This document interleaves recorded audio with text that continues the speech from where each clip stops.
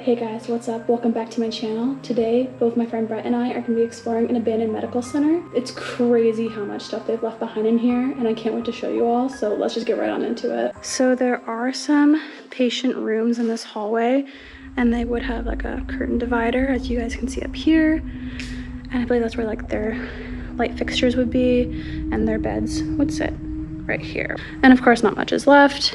It's a little mangled up in here, so I just figured it'd be cool to show you guys, but we're gonna keep on heading down the hallway. Alright guys, we're going through right here, and it looks like there's a nurse's station, so all the nurses would chill here. This is like their home base.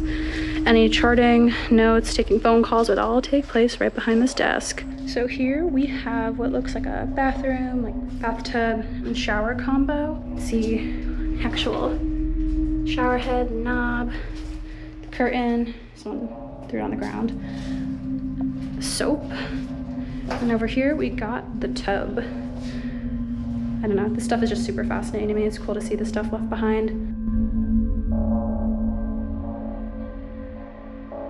Of course, more patient rooms, and this one actually has a little bit of the curtain left behind, so helps you visualize a little bit more what it would look like back in the day. So this is kind of sad, but since the last time I've been here, it looks like a lot of the ceiling tiles and everything has collapsed to where it's just the concrete.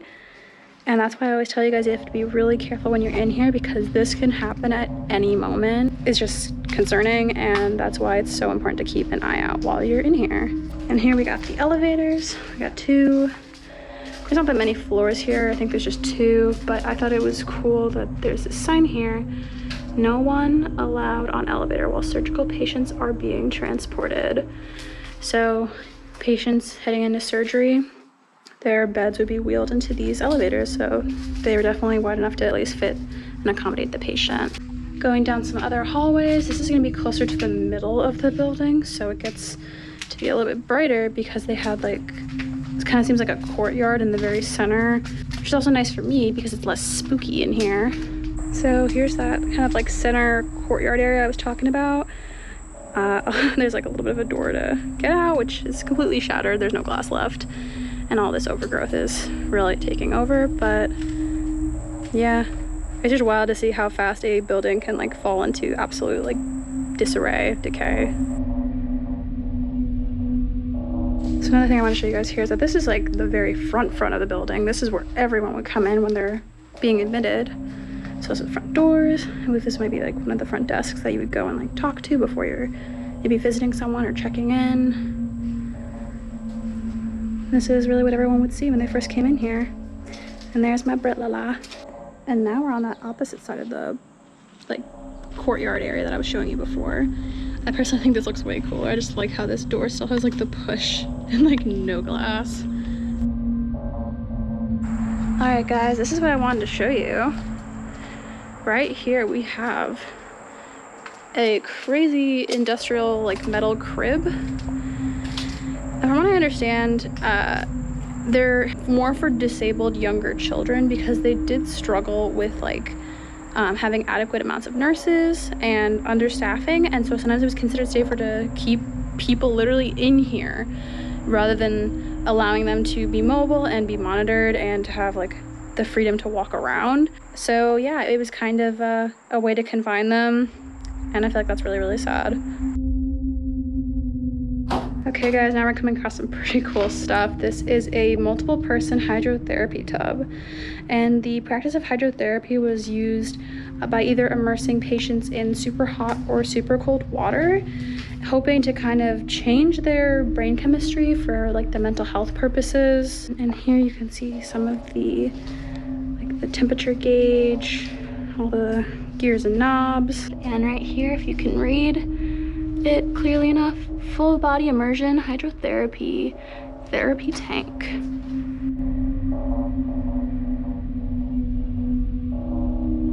And over here, tucked into this corner, we have what looks like a single person hydrotherapy tub. So very similar, just a slightly different design, obviously smaller.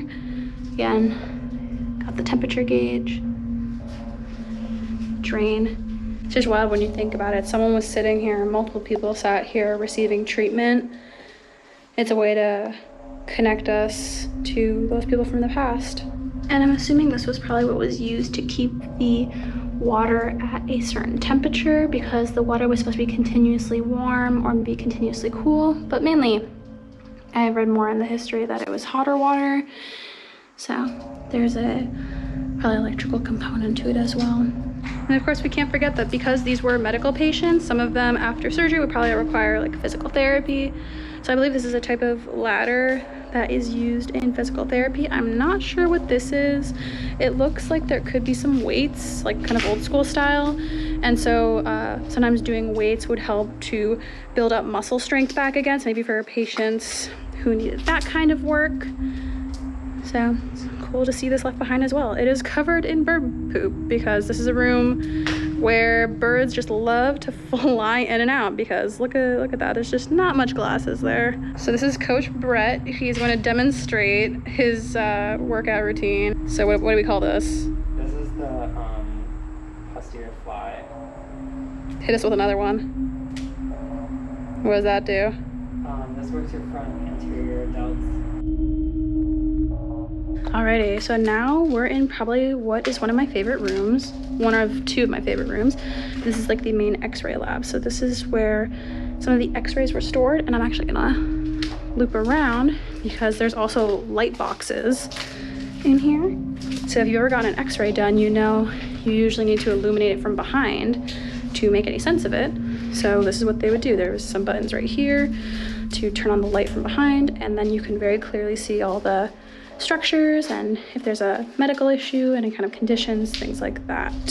So as for this room, I'm assuming it was changing rooms, because when you get an X-ray, usually you need to strip down, and you'll have like a medical gown, and then they'll also give you like a iron vest to put over. I might be incorrect on the material there, to protect you from the radiation. So that's, I'm assuming, what this room was for, to get ready and prepped for the X-rays.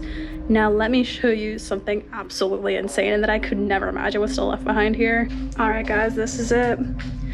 This is a entire X-ray machine that was left behind and has been sitting here collecting dust. And it's absolutely so crazy to see this and know that people lay down on here, how many X-rays were captured here. I think there's even some, I'm not sure if these are blank. It doesn't seem like there's anything on them, so they probably were waiting to be used and never were. And there's a few other bits and bobs that I'm not really sure what this was used for. I know it's definitely a part of this machine. Overall, it's just really insane. And that's not all to here. So there's also in here, we have a exomat processor, and it says rapid processing. So I'm not sure if this has to do, I'm assuming it does like with the actual X-ray images themselves, probably when they come out. So that was what is in here. More light boxes, of course. And then over here we have, it's like a little storage section, I think. What I think is really crazy is when we get close, there is a whole Foley catheter in here that's been packaged up, hasn't even been used yet. I think there's a few more in there as well. And in here we also have a needle, I forget what gauge needle it is, 21 gauge winged infusion set. So that is absolutely insane that that's left behind here.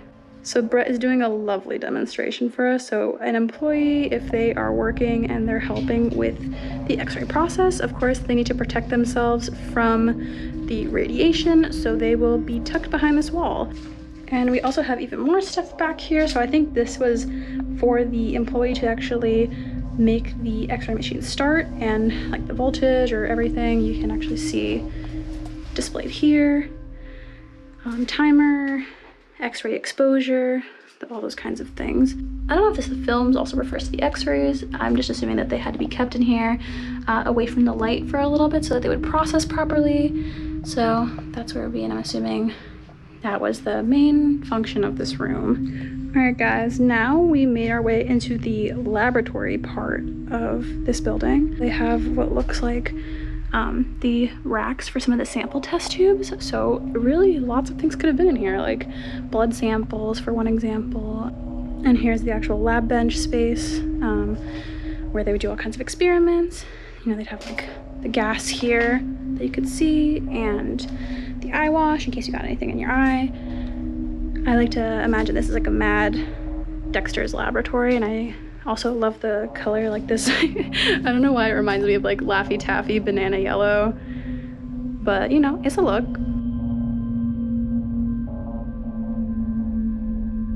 Okay guys, so here's another crazy thing left behind. It is a giant blood cooler in this lab, and it actually says right on top there, save a life today, give a pint of blood. So there's that heavy duty latch. And up on the top, you can see a cooling system, which was to make sure the blood would stay fresh. And racks upon racks that would once hold pints and pints of blood, which is kind of wild when you think about it. So these are a few just side rooms, basically the same kind of gist, more lab working spaces. This had a hood, so if you had any experiments going where like certain fumes would be produced, you would do the experiment under here so you wouldn't inhale it. And then over here, it looks like sample cups almost for like urine or other things. So probably all of that would be stored in here. And another thing too is what I believe could be blood sides. I cannot 100% say for sure. And here we got some really cool autoclaves. So I think I've explained this in the past, but to keep it short and sweet, you would toss any medical instruments in here. It would heat up to a super hot temperature on side, and it would kill off any bacteria so that they could be reused for future use. I think this is also like a washer system, so maybe things in the lab that need to be washed could go in here too, and I'm assuming that's what this rack is here for. I just want to show you guys the front because it looks super intense. Very heavy duty. I don't know if many autoclaves look like this anymore.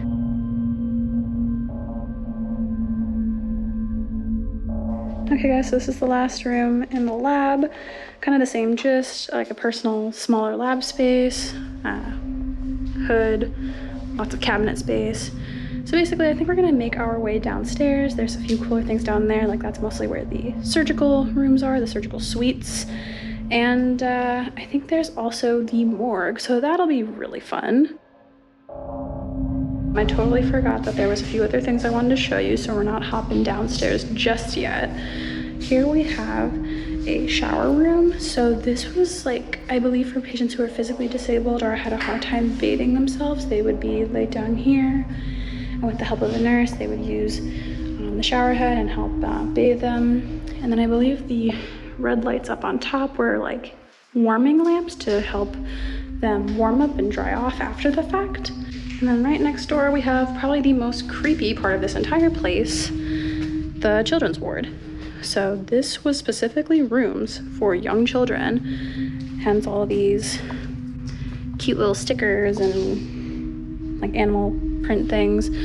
I have gotten a lot of weird feelings in here. I don't know, it just feels really heavy and sad that like kids this young were institutionalized. And it was also recognized that there was abuse here. So I feel like it weighs really heavy on your heart when you know that. And the people on TikTok will know, this is Poppy. I remember I posted a video and he was in here and you guys just thought it was the funniest thing ever. And then of course we have to have a bathroom. So here's an itty bitty kitty bathroom. Super small toilet, low to the ground for, you know, you can imagine like little toddlers, almost like 5-year-olds running around here. I don't know, something about seeing that is just, it just hits you hard. Okay guys, now we're gonna make our way downstairs finally and wrap it up, and I'm gonna leave you on this note with this creepy clown.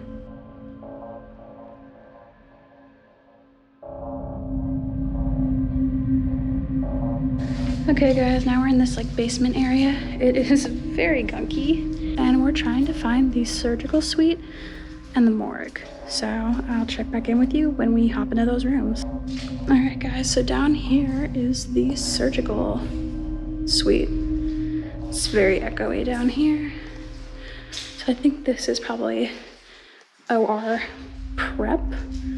So when they would, you know, gown up, get all their equipment that they needed, hand washing station, and then we had here, I feel like it must be like a wall for like certain surgical instruments to be placed.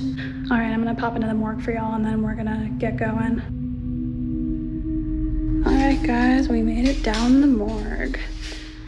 So, of course, we got a Ouija board on the wall. It's super comforting.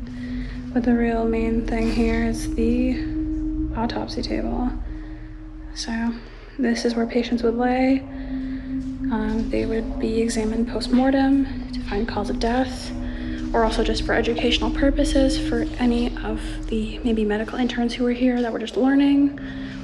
That's a big focus light that actually moves around, so that was supposed to help people when they were cutting the patients open to see more clearly like all of the organs. And of course, because we have the autopsy table, we also have to have body trays to store the bodies until they are picked up for either burial or cremation. So this would be like the cooling system. It's really hard to imagine it now because it is pretty wrecked, but I'm assuming there was at least 2 body trays here, and it would be really chilled, and it would basically preserve the bodies until the family or whoever was next of kin would, you know, decide whether they were gonna have a funeral or whatever they wanted to do. All right, guys, we're basically done here. Me and Brett are gonna make our way out. What did you think, Brett? Pretty chill? All right, well, on that note, let's go. Alright guys, that's going to be it for this video. I hope you enjoyed it. If you did, don't forget to comment, like, and subscribe. And of course, I'll catch you in the next one. The resemblance is strong.